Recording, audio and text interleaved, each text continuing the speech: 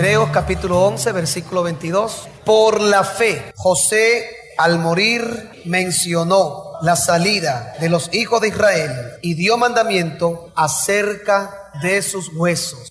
Ese capítulo habla de todos los héroes de la fe.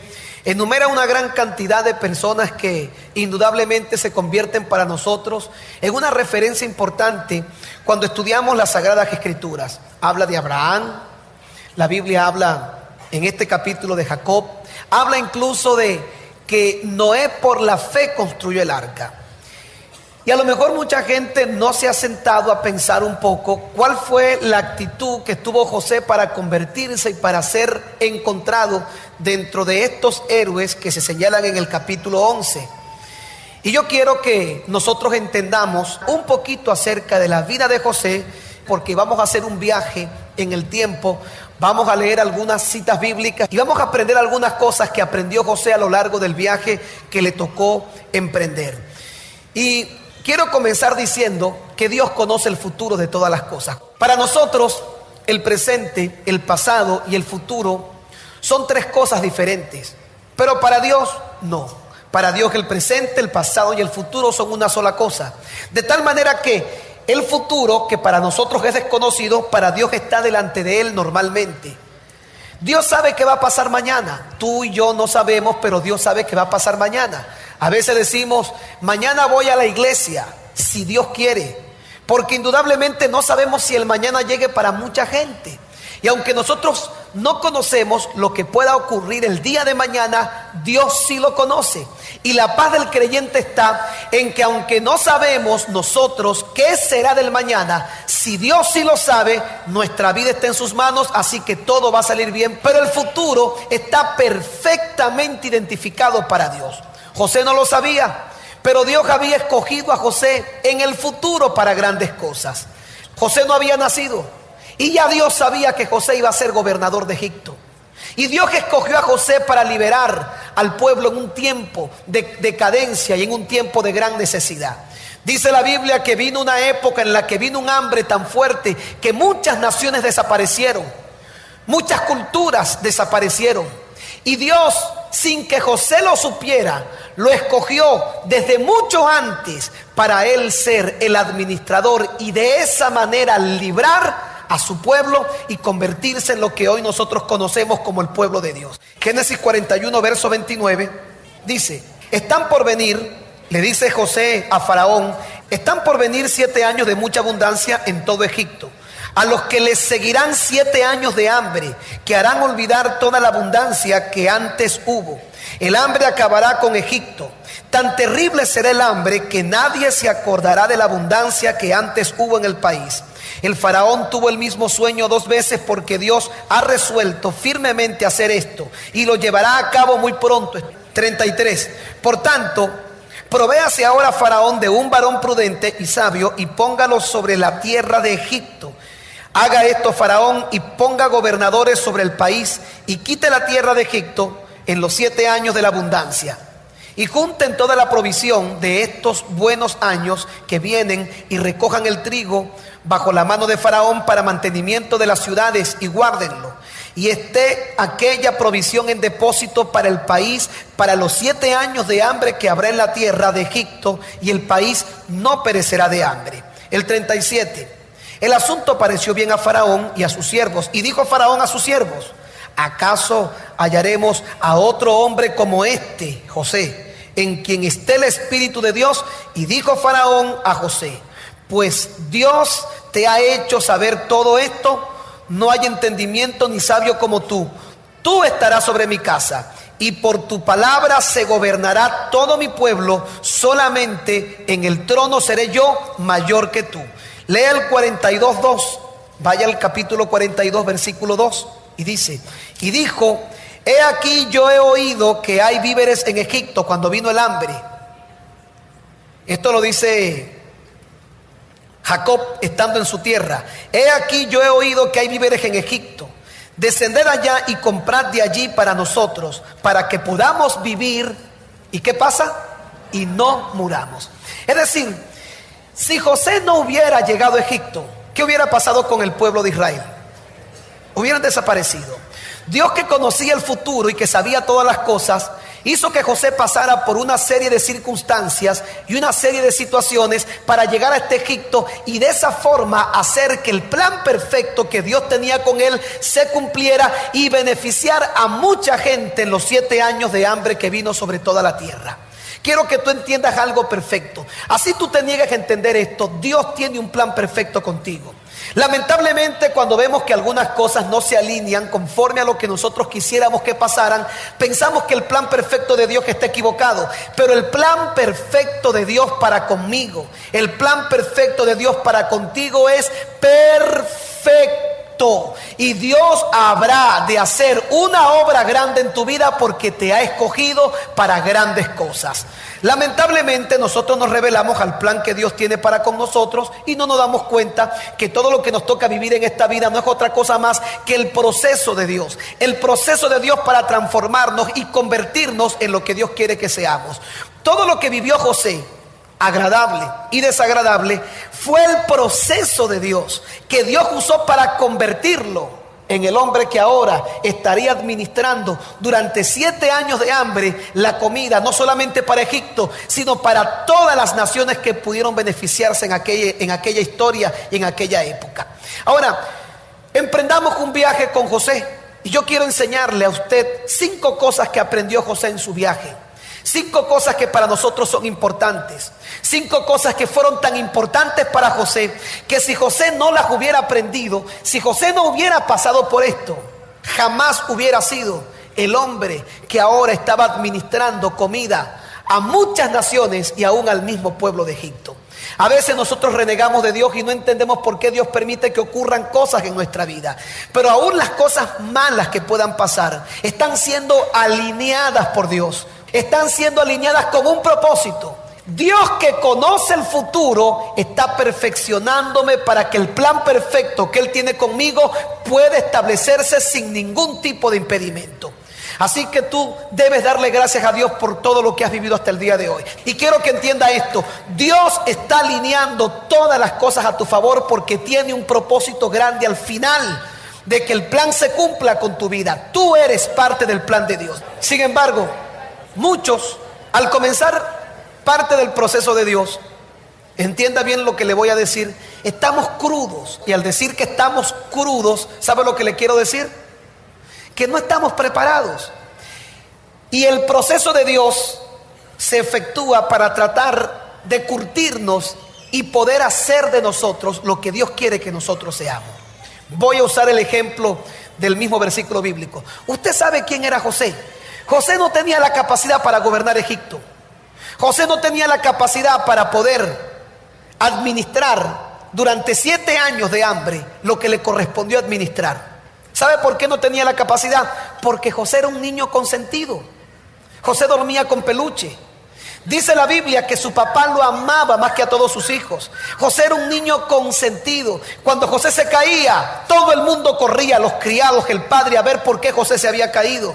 Y José estaba mal acostumbrado. La vida lo había mal acostumbrado. El papá lo había mal acostumbrado. Y ese hombre, ese muchacho consentido, no estaba listo para gobernar Egipto, ni para bendecir las naciones que le tocó bendecir.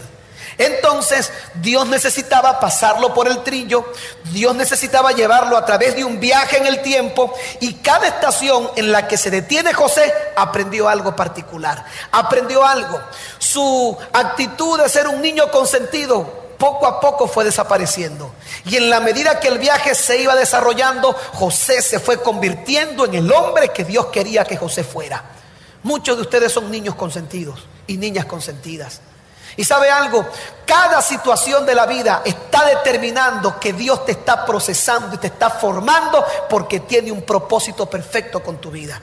Hay muchos que sí, obviamente, lo diré quizás en un término jocoso, exagerado y hasta metafórico, pero sí, hay quien simbólicamente duerme con peluche, no le gusta que lo toquen, no le gusta que lo miren.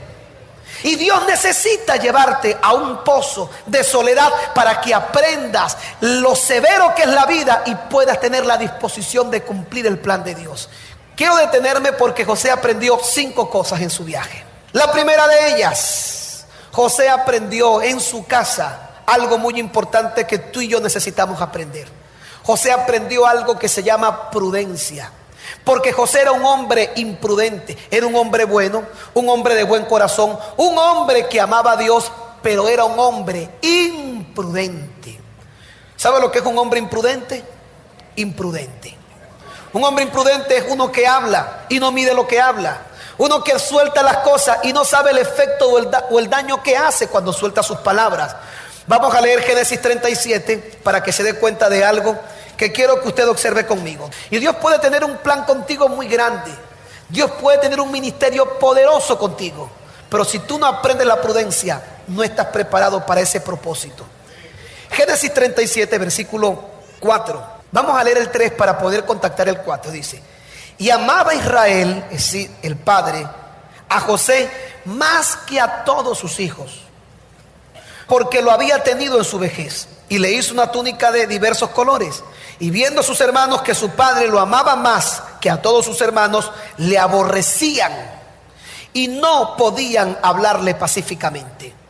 Cuando estaban sentados a la mesa y José tenía cerca la sal, no le decían: José, por favor, pásame la sal. Pásame la sal.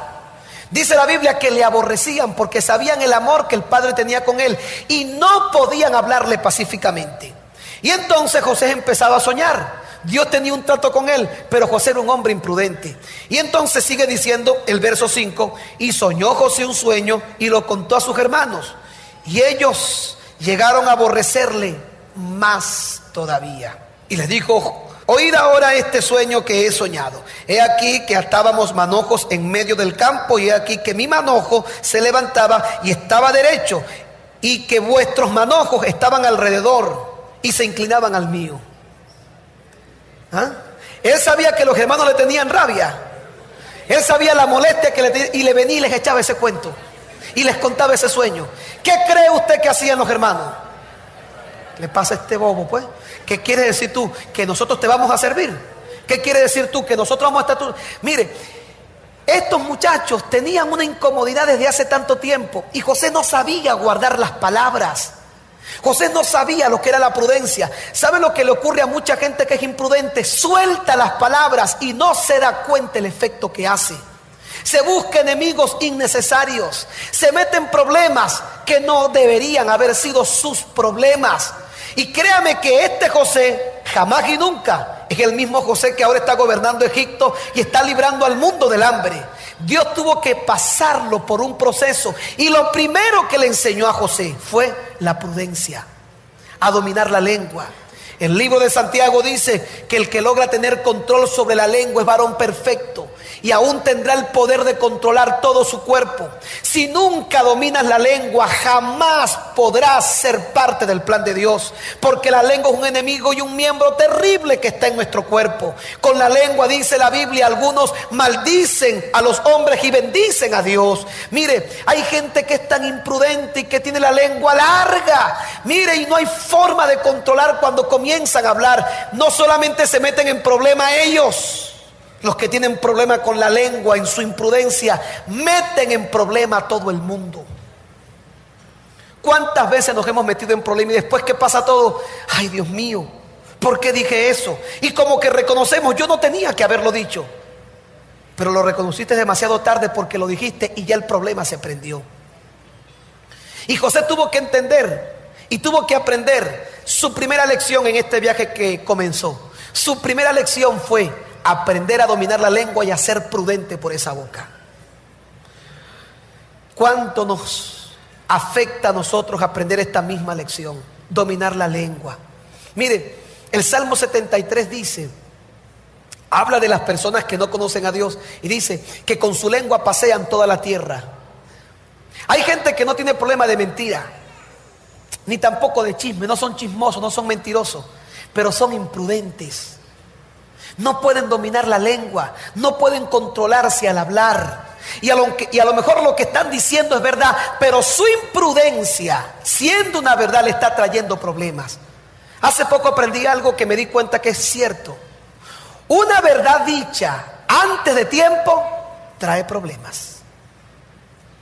Toda verdad tiene que tener un momento y un tiempo para decirse. Y tú dirías: pero pastor, lo que le voy a decir es verdad. Pero toda verdad tiene un tiempo para decirse. Y Jesucristo lo dijo. Un día los discípulos le hicieron varias preguntas y él le dijo: no les puedo decir esto, todavía no se los puedo decir, porque ustedes no pueden sobrellevar las cosas que yo tengo en mi corazón para ustedes. Llegará el momento y les diré toda la verdad que debe ser revelada, pero en este momento no se las puedo decir. ¿Y usted cree que Jesús les estaba ocultando una mentira? ¿O les estaba ocultando un chisme? ¿Qué les estaba ocultando Jesús? Una verdad. Pero esa verdad no era el momento, no era el tiempo. ¿Sabe que José no estaba diciendo nada malo? Pero tenía un problema. José estaba diciendo una verdad antes de tiempo. Y nosotros tenemos que aprender que muchas veces el asunto no es la verdad que decimos, es el momento y es el tiempo en el que tenemos que decirlo. Y es lo primero que aprende José en este viaje que emprendemos, y es lo primero que quiero que usted acepte. La prudencia al hablar curte al hombre y a la mujer con quien Dios va a hacer grandes cosas en esta vida. La segunda enseñanza que aprendió José, la aprendió en la casa de un hombre llamado Potifar. Génesis 39. Fue la segunda cosa que aprendió José en este viaje. La primera fue la prudencia. La segunda fue en la casa de Potifar. Y el capítulo 39, versículo 1 al 12 del libro de Génesis, es la segunda estación de este momento en el que José se pone a decir cosas. Los hermanos le toman más rabia. ¿Y en qué se convirtió la imprudencia de José? En que lo agarraron, casi lo matan, lo venden a unos mercaderes, se lo llevan y termina en la casa de un hombre llamado Potifar como su esclavo.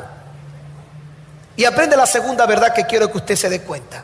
Cuando José fue llevado a Egipto, los ismaelitas que lo habían trasladado allá lo vendieron a Potifar, un egipcio que era funcionario de Faraón y capitán de su guardia. Ahora bien, el Señor estaba con José y fue varón próspero y estaba en la casa de su amo el egipcio. Y vio su amo que Dios estaba con él y que todo lo que hacía, Dios lo hacía prosperar en su mano. Así halló José gracia en sus ojos y le servía, y él le hizo mayordomo de su casa y entregó en su poder todo lo que tenía. Aconteció que desde cuando le dio el cargo de su casa y de todo lo que tenía, Dios bendijo la casa del egipcio. Cuando un hombre de Dios llega a un lugar, prospera todo su entorno. Tu casa prospera porque tú estás allí, porque Dios bendice el entorno de los hombres de Dios. Y vea lo que dice: aconteció que desde cuando le dio el encargo de la casa y todo lo que tenía, Dios bendijo la casa del egipcio a causa de José. Y la bendición de José estaba sobre todo lo que tenía, así en casa como en el campo. Y dejó todo lo que tenía en mano de José, y con él no se preocupaba de cosa algunas, sino del pan que comía. Y era José de hermoso semblante. Aconteció después de esto que la mujer de su amo puso sus ojos en José y le dijo: duerme conmigo. Y él no quiso. Y dijo a la mujer de su amo: he aquí mi señor no se preocupa conmigo de lo que hay en casa, y ha puesto en mi mano todo lo que tiene. No hay otro mayor que yo en esta casa, y ninguna cosa me ha reservado sino a ti, por cuanto tú eres su mujer. ¿Cómo pues haría yo este gran mal y pecaría contra Dios? Y hablando ella a José cada día y no escuchándola a él para acostarse con ella, para estar con ella, aconteció que entró él un día a casa para hacer su oficio y no había nadie allí. Peligro. Entró a la casa y estaba sola. Pero aquí no saben quién estaba allí. Y la esposa de Potifar no era fea, era la esposa de un hombre rico. Esas se hacen implante por todos lados. Esas se pintan todo, el cabello, la boca, que tiene todo para ponerse tuning, como dirían por allí. Y vea, él entra a la casa estaba sola, peligro. El 12, y ella lo asió de su ropa, diciendo: duerme conmigo. Entonces él dejó su ropa en las manos de ella y huyó y salió. Aquí encontramos la segunda cosa que aprendió José. Algo que cuando lo leí me pareció paradójico porque como que no tiene sentido, pero se lo voy a decir. José aprendió en segundo lugar que a veces huir es de valientes. ¿Me entendió lo que le estoy diciendo? A veces huir es de valientes. ¿Por qué digo que es paradójico? Porque ¿quién huye? El cobarde. ¿A quién tenemos nosotros como el que huye? ¿Y qué decimos nosotros del que huye? Vas a huir, cobarde. Pero en este caso vemos a un hombre que está huyendo. Y no está huyendo por cobarde, está huyendo por valiente. Porque muchas veces es importante entender que a veces huir es de valientes. Van a haber momentos en nuestra vida en los que hay situaciones en las que decimos me quedo o me voy. Y créame que no es por cobardía, es por valentía, que muchas veces hay que dejar el pelero para no caer en pecado y para ser fiel y agradable a Dios. Muchas veces que en la vida se te van a presentar negocios fraudulentos. Muchas veces que en la vida alguien te va a desafiar y te va a ofrecer unos golpes y tú vas a decir en tu corazón, ¿se lo doy o no se lo doy? Y tú dices, si no lo enfrento, van a decir que soy un cobarde. Pero créame, a veces huir es de valientes. José estaba frente a una mujer hermosa. Esta mujer quería acostarse con él. El pecado estaba a la puerta. Nadie estaba en la casa. ¿Cómo se iba a enterar Potifar de lo que iba a pasar? Nunca se iba a enterar. Esto pudo haber sido una situación en la que hubiera comenzado una relación que muchos saben que ocurre, de amantes, silenciosa, y José podía estar allí. Pero José sabía que no solamente este hombre había confiado en él, él sabía que Dios también había confiado en él. Y a pesar de que muchas cosas no habían salido como él hubiera querido, él era fiel más que a Potifar al Dios de los cielos, porque sabía que Dios estaba con él. Y cuando José huyó por ser valiente, no huyó porque realmente no le hubiera gustado la mujer, no huyó porque quizás la mujer no haya sido atractiva, huyó porque en su valentía es mejor agradar a Dios que agradar a los hombres y tener un minuto de satisfacción. Y a veces botamos por la borda y por la ventana toda una vida de esfuerzo a Dios. A veces por una negociación fraudulenta perdemos toda nuestra integridad. Y créame que si usted no puede aguantarse, si para usted es difícil, mejor salga corriendo, y no porque sea cobarde, porque a veces huir es de valientes. Mire, le voy a describir más o menos qué yo creo que pudo haber pasado. La Biblia dice que José tenía ropa. ¿Y sabe cómo era la ropa de aquella época? No era como esta, que usted se la desabrocha y se la quita. Ellos usaban túnicas. Las túnicas se podían quitar de una sola manera. Era muy difícil quitarse una túnica. Se tenía que quitar como una camisa, pero que llegaba hasta abajo. Y me está diciendo la Biblia que esta mujer tenía la túnica de José.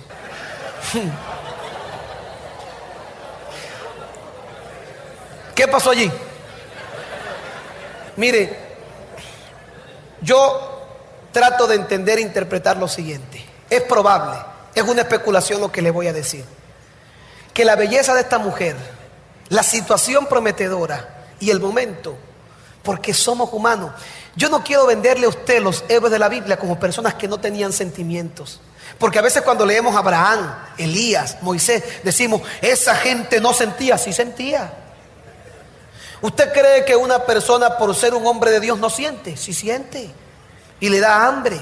A veces vemos a esos telepredicadores salir por televisión y decimos, él nunca jamás podrá tener un mal pensamiento como yo. Y sí, todo ser humano tiene faltas. ¿Y sabe lo que yo observo? Que José probablemente en algún momento fue seducido. Se encontró quizás a punto, pero en el momento quizás más cercano logró reaccionar, recobró su conciencia, se dio cuenta que en ese momento no podía seguir adelante con la situación, dejó la ropa y salió corriendo.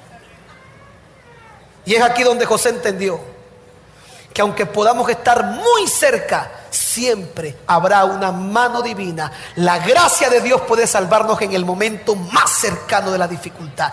Dios siempre tendrá su Espíritu Santo con nosotros. En el momento más difícil nunca nos dejará. Y aun cuando estemos a un paso del precipicio, créame que he visto a muchos de la mano poderosa de Dios ser librado y salvado en el momento más cercano del fracaso. Porque nuestro Dios es grande, nuestro Dios es misericordioso y Él no dejará caer al justo para siempre, y aun si 7 veces cayere, 7 veces lo levantará. La Biblia nos revela una verdad, y la Biblia no coloca a José como un hombre malo, lo coloca como un valiente. Y créame que en muchas oportunidades huir va a ser de valientes. Fue lo segundo que aprendió José. Lo tercero que aprendió José Y este me gustó mucho.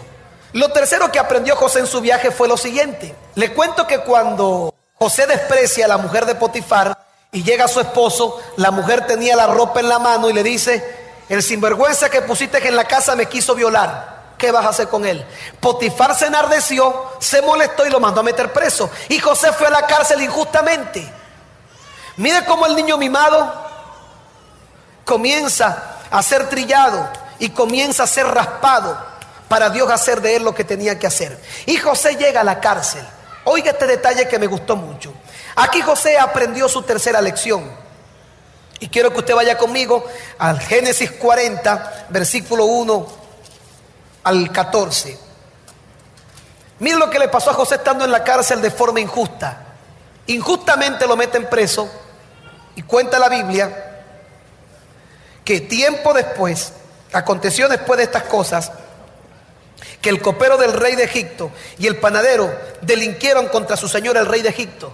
José conoce dos personas en la cárcel, de las que se hace amigo. Y se enojó Faraón contra sus dos oficiales, contra el jefe de los coperos y contra el jefe de los panaderos. Y los puso en prisión en la casa del capitán de la guardia, en la cárcel donde estaba José preso. José conoce en la cárcel a dos hombres.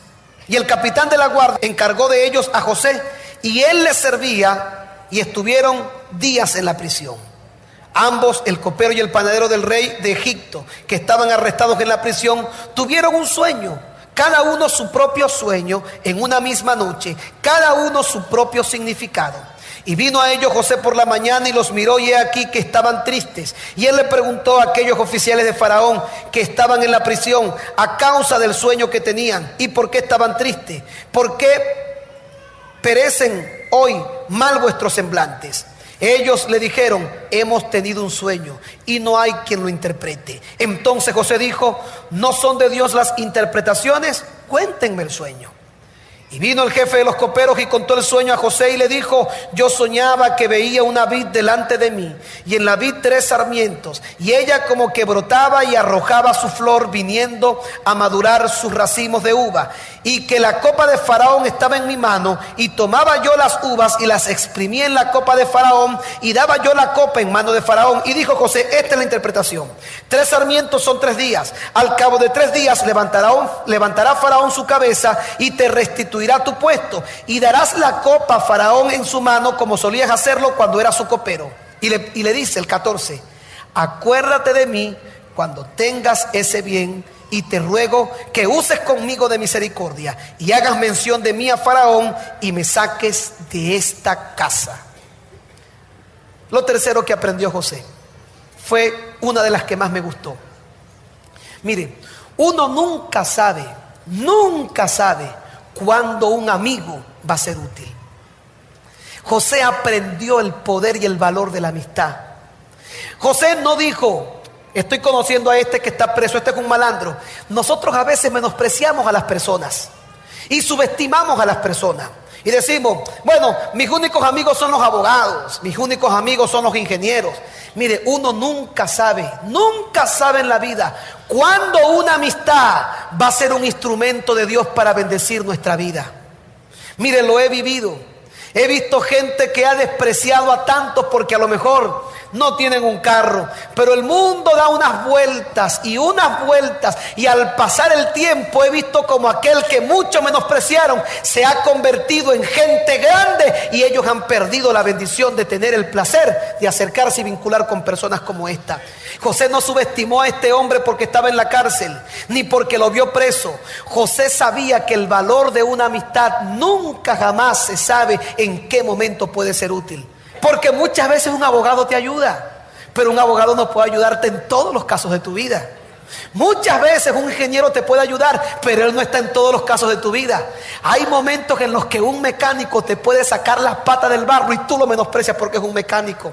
Hay momentos en el que un parquero, que lo que hace es acomodar carros, te puede ayudar en el momento en el que tú menos lo necesites. Y mire, he visto cómo el mundo da vuelta, y la gente que hoy muchos tienen en poco se han convertido en grandes y han sido de bendición, porque cuando nosotros entendemos que el valor de las personas personas no está ni por la chequera que cargan, ni por el conocimiento que tienen, ni por la profesión que ostentan, sino por lo que son como personas. Siempre tendrás puertas abiertas donde quiera que vayas, porque el valor de una amistad nunca se tiene que subestimar. Nunca, jamás. Y mire, tengo un amigo.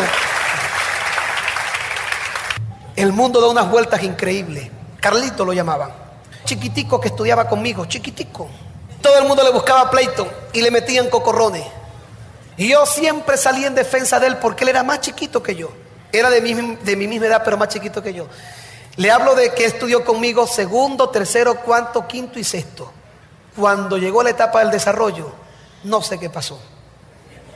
Yo era más grande que él y me quedé de un mismo tamaño. Y el hombre se ha lanzado un estirón. Se metió en un gimnasio. Y era un cuarto bate gigantesco. Y mire, y yo tenía la satisfacción que cuando caminaba con él me decía: el que se meta contigo se mete conmigo. Todo el mundo le buscó pleito, nadie lo quería, y ese era mi amigo. Mire, y sabe lo que entendí, lo que aprendí, que uno nunca sabe las vueltas que da el mundo y jamás se debe subestimar a nadie. El valor de la amistad, usted no tiene idea. Mire, ame a todo el mundo. No sabes en qué momento tú estés parado en un lugar y él sea un mecánico y él ayuda a arreglar tu carro. No sabes cuándo vayas a necesitar a alguien. José no dijo: estos malandros delinquieron en la casa de Faraón, ¿qué amigo voy a tener yo aquí en la cárcel? Todos los que están en la cárcel son una cuerda de mala conducta, de delincuentes. José no se paró frente a eso. ¿Y sabe cómo llegó José a la presencia de Faraón? Porque uno de ellos se acordó de él y Dios lo usó para glorificar a José y para llevarlo a la gloria que finalmente tuvo. Nunca menosprecie a nadie, nunca. Aprenda esto en su camino. Nunca subestime a nadie. Nunca vea a otro por encima del hombro, porque el mundo da vueltas y vueltas y vueltas. Y después que el mundo da vueltas, nunca sabes cuándo necesites de alguien. Yo le doy gracias a Dios porque yo tengo amigos abogados, ingenieros, pero también tengo amigos que no han estudiado, pero cuidan carros. Tengo amigos malandros también, y que me cuidan cuando voy para... Tengo amigos en todos lados, porque nunca sé cuándo el mundo en sus vueltas me haga prescindir de alguno de ellos. Y esto lo aprendió José en su viaje. Lo cuarto y penúltimo que aprendió José en su viaje fue lo que aparece en Génesis 42. Usted se acuerda que José era muy imprudente. José era un hombre muy impulsivo. Hablaba y no medía las consecuencias. Se metía en problemas porque no evaluaba la situación ni las consecuencias. Al pasar los años, José aprendió en su cuarta estación. En este viaje aprendió algo más. Aprendió que todo tiene un tiempo y que hay que aprender a esperar. Hay que aprender a esperar. Vaya a Génesis 42 y vea que después que sale de allí de la cárcel, porque el copero lo recomienda, José se convierte en la mano derecha de Faraón y se hace un hombre muy grande y muy poderoso. Y administra todos los bienes y todos los recursos de Faraón. Todo lo administra. Bienes, recursos y todo. Pero en el verso 42, aquí está, sucede algo interesante. Al pasar los años, sus hermanos, los que lo vendieron, aparecen en Egipto a buscar comida. Y cuando José vio a sus hermanos, los conoció. Claro que los conoció. ¿Sabe por qué los conoció? Porque estaban igualitos. Porque cuando la bendición de Dios te toca, el tiempo pasa y a ti no te reconocen. Hay gente que al pasar el tiempo dice: ¿y tú eres fulano? Sí. Oye, ¿cómo has cambiado? Claro, pasaron los años y Dios me ha bendecido. Pero la actitud de los hermanos no permitió que la bendición llegara. Y los mismos que estaban en su casa, igualitos, pasando los años ahí frente a él. Y él los reconoció. Pero vea lo que dice, que ellos no lo reconocieron. Y cuando vio a sus hermanos, los conoció, mas hizo como que no los conocía y les habló ásperamente. Y les dijo: ¿de dónde habéis venido? Ellos respondieron: de la tierra de Canaán, para comprar alimento. Ahora ellos necesitaban de José, pero no sabían que él era José. El 8 dice: y José pues conoció a sus hermanos, pero ellos no le conocieron. Vaya al 22, lea unos versículos más adelante. Y llegamos al 22. José le exige algunas cosas, que vaya y busque a sus hermanos, que busque a su hermano menor porque quería verlo. Y Rubén le responde: no os hablé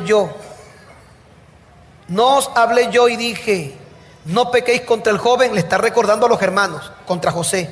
Y no escuchasteis, he aquí también se nos demanda su sangre. Es decir, ellos están diciendo ahora, después de pasar los años, se nos está poniendo la situación chiquita, y se acordaron de lo que le hicieron a José.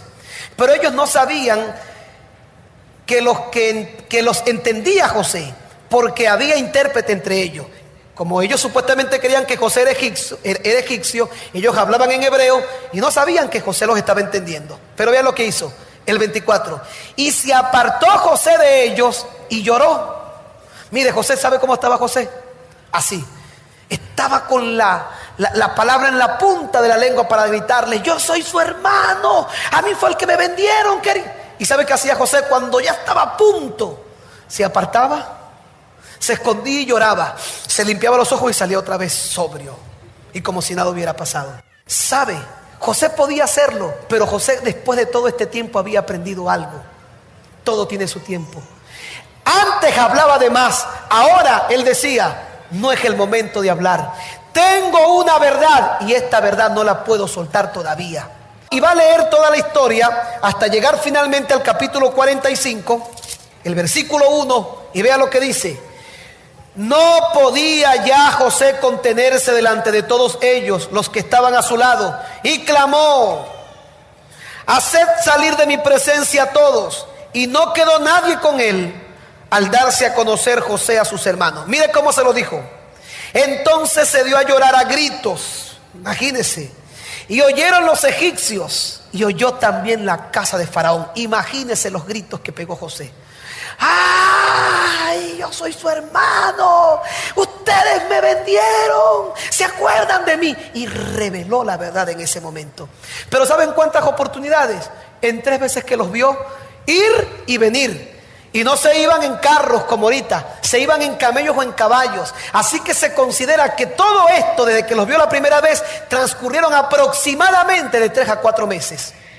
Y José no le soltaba quién era. Y José no decía nada, porque ahora José había aprendido una 4ª lección. Todo tiene su tiempo. Usted quiere que Dios lo honre y lo glorifique y de larga vida y lo sacie de bendición. Aprenda a esperar el tiempo de Dios.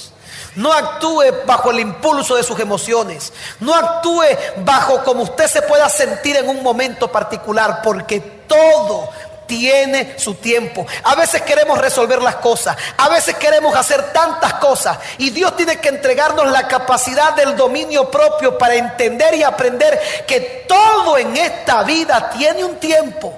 ¿Y sabe qué es lo que más nos cuesta? Esperar ese tiempo. Y José aprendió algo. Aprendió, aunque él quería llorar delante de ellos y quería decírselo, ¿sabe lo que hacía él? Se apartaba, lloraba y volvía y salía, como si nada hubiera pasado. Mire, y por dentro aquello lo estaba desesperando, aquello lo estaba atormentando. Pero José aprendió en este viaje, en su 4ª estación, que todo tiene su tiempo.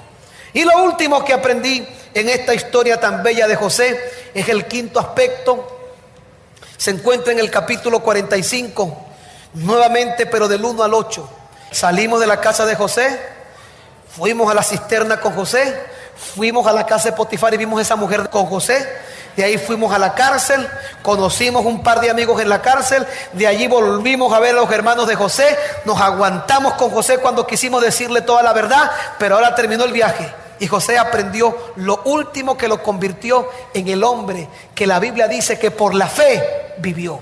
Lo último, 45, del 1 al 8. No podía ya José contenerse delante de todos los que estaban al lado suyo y clamó: haced salir de mi presencia a todos. Y no quedó nadie con él al darse a conocer José a sus hermanos. Entonces se dio a llorar a gritos, y oyeron los egipcios, y oyó también la casa de Faraón. Y dijo José a sus hermanos: yo soy José, ¿vive aún mi padre? Me imagino llorando. Y sus hermanos no podían responderle. Imagínense, lo vendieron. Creyeron que estaba muerto y ahora lo ven frente a ellos y ven al hombre que está salvando al mundo decirle: yo soy José, ¿cómo está mi papá? Y dice que no pudieron responderle porque estaban turbados delante de él. Dios mío, ¿qué está pasando? Yo me imagino que ellos estarían como viendo por todos lados, esperando que apareciera alguien que dijera: sonrían, es cámara escondida. No, esto tiene que ser una broma. No, no puede ser, mi hermano. Pero vea, ¿qué cree usted que fue lo primero que ellos pensaron? ¿Quiere que le diga cuál fue el primer pensamiento que le pasó por la cabeza? Cuando dice soy José, en el momento están confundidos, caen en cuenta, vuelven a la lucidez. ¿Y sabe qué fue la primera palabra que le vino a la cabeza? ¡Ay, manito!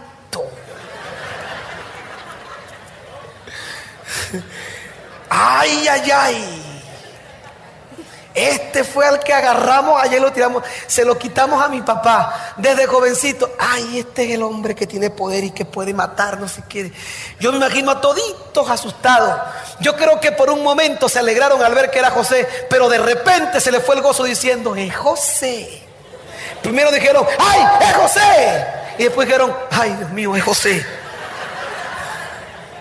Y vea, entonces dijo José a sus hermanos: acercaos, acérquense. Y yo me imagino que se acercarían como no le fuera a tirar un astazo. Acercaos a mí. Y ellos se acercaron y él les dijo: qué bella esta historia, ¿verdad? Yo soy José, vuestro hermano, al que vendisteis para Egipto. Ahora pues no se entristezcan, ni os pese haberme vendido acá, porque para preservación de vida me envió Dios delante de vosotros. ¿Qué le parece? Pues ya ha habido 2 años de hambre en medio de la tierra, y aún quedan 5 años en los cuales ni habrá arada ni siega. Y Dios me envió delante de vosotros para preservaros posteridad sobre la tierra y para daros vida por medio de gran liberación. Así pues, no me enviasteis vosotros acá, sino Dios, que me ha puesto por padre de Faraón y por señor de toda su casa y por gobernador en toda la tierra de Egipto. Vayan corriendo, desen prisa y avísenle a mi padre que aquí está su hijo José. Dios me ha puesto por señor de todo Egipto. Ven a mí y no te detengas. Todo está en las manos del Señor. Al final del viaje José entendió una sola cosa: no importa lo que pase, Dios está metido en el asunto. Dios estuvo preparando mi camino. Así que no te quejes, no te incomodes, no te afectes por todo lo que has vivido ni por lo que ha pasado, porque para bien lo ha enviado el Señor.